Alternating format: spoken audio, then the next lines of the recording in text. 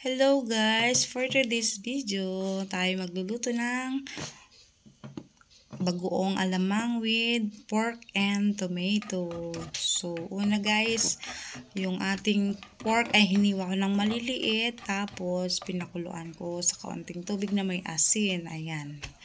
Antayin natin na matuyot siya hanggang sa magmantika. Ayan. Pag lumabas na yung kanyang sariling mantika at nag-brown na siya, yun, pwede na natin siyang ahunin.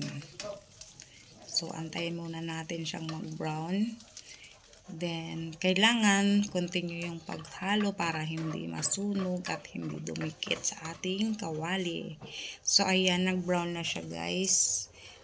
So, aalisin muna natin siya sa kawali. Then, isi-set aside muna natin yun guys. So, dun sa kawali, nagmantika na yun guys. Ano natin ilagay yung ating bawang. Yung bawang na yan guys ay isang buo. Hiniwa ko ng maliliit. Parang ganyan. So, antayin natin mag golden brown yung ating bawang para lumabas yung kanyang aromatic.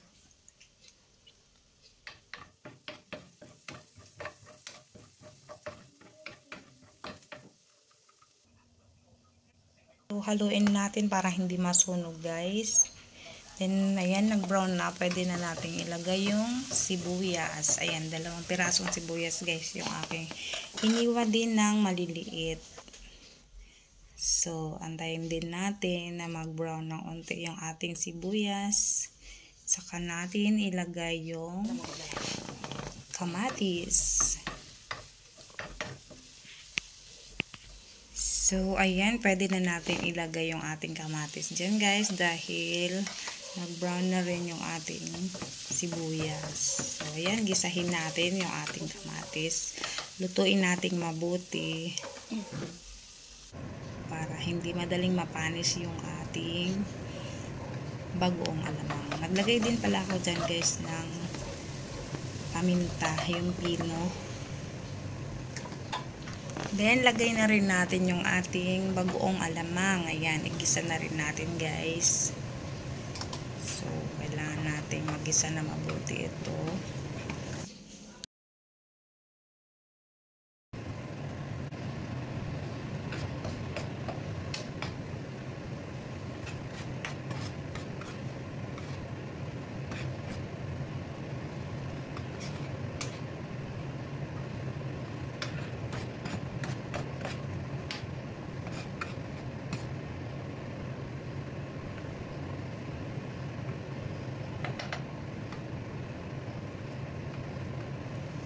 After natin magisa guys, hayaan muna natin dyan para maluto yung ating bagoong alamang. So, pakuluan natin. Tapos, lagyan natin ng suka.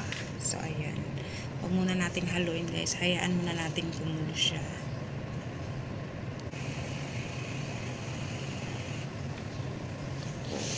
Then, lagay na rin natin yung ating sili. Ayan, 2 pirasong sili yung aking hiniwa-hiwa. Tas, yan.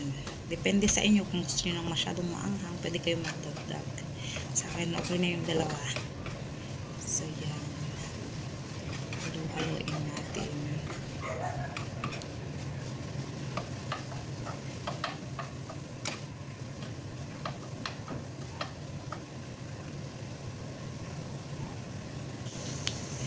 Tsaka maglagay tayo ng sugar. Ayan, mix natin guys. Para humalo yung sugar na nilagay natin.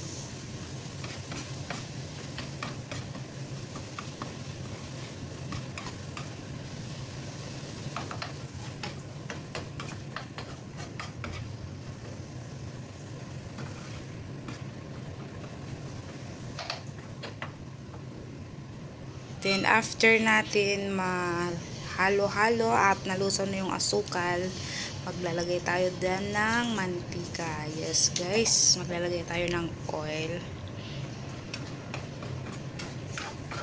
para hindi tuyot yung ating bagoong. So, ayan.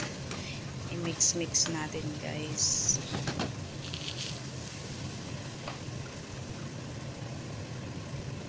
Tsaka i-add na rin natin, guys, yung ating sinet aside kanina na pork. So, ayan. Halo na natin. Mix-mix na natin.